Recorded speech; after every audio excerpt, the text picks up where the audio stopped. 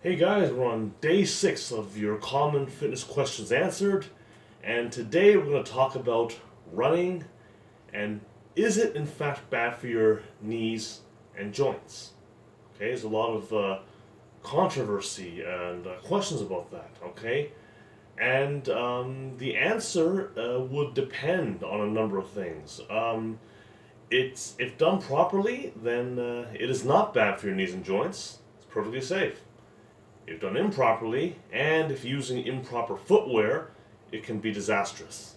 Okay, so what is proper running technique, first of all? Okay, let me first say that I may not run as much as some people do, but I do run. And I think it's great exercise. Okay, but I run in a barefoot style. Barefoot style. Okay, I don't actually run barefoot. I'm not going to go outside in the street with broken glass and whatever and all that kind of stuff. But I do practice a barefoot style running where I land more flat footed. Okay. When you have big, thick, built up running shoes like here, now they're good for some things. We have a pair of New Balance shoes here, which I wear. Okay. Now these shoes are good for doing sports activities. If I'm going to play a game of soccer or something like that, I'm going to want something like this because you're changing directions quickly. A lot of stresses on your ankles, side to side, things like that. You do kind of want some support for that kind of thing. Okay, that's where this comes in. If you're talking about distance running, here's what I have, and I can't speak enough about them. Now these shoes are, you can see they're pretty worn down here. I'm going to have to get a new pair soon. But this is made by a company called Soft Star Shoes. And these are minimalist shoes. As you can see, there is no raised heel. Just a flat, very, very thin sole. It's a running moccasin. And because the sole is so thin, I can feel the ground much better than I can with those. And in addition to that, because the heel isn't raised, it allows me to have a natural foot motion. And then look at this thing, it can really curl like that. See, it's really good.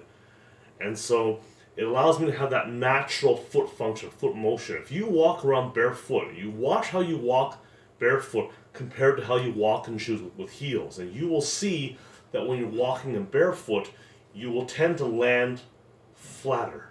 Your foot will land flatter, and it'll be more of a push off.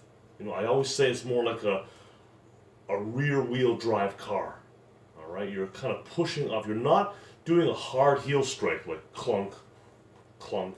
It's just kind of landing flat and pushing off, flat, pushing off, right? Some people practice landing with the forefoot a little earlier. I've tried that before. I've experimented with it. It feels, some people it works great. For me, it feels kind of awkward, so I land more of a flat-footed landing. It seems to work well for me. But if you want to try the other way, you can. But one thing I do know for sure, either flat-footed or forefoot landing is ideal. One of those.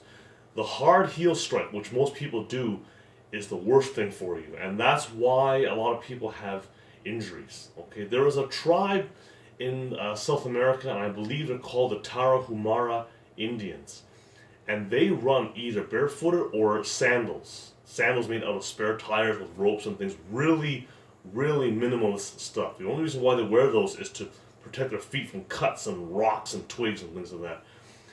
And they run all their lives, long distances, even the seniors.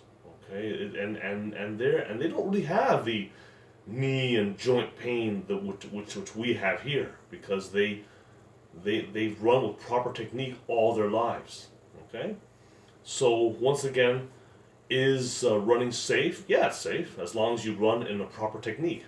Okay, if you wear big thick built-up shoes, especially with raised heels, then I think that then you're asking for trouble. Okay, so I really think that minimalist shoes are the way to go. Okay, there's a lot of controversy about this.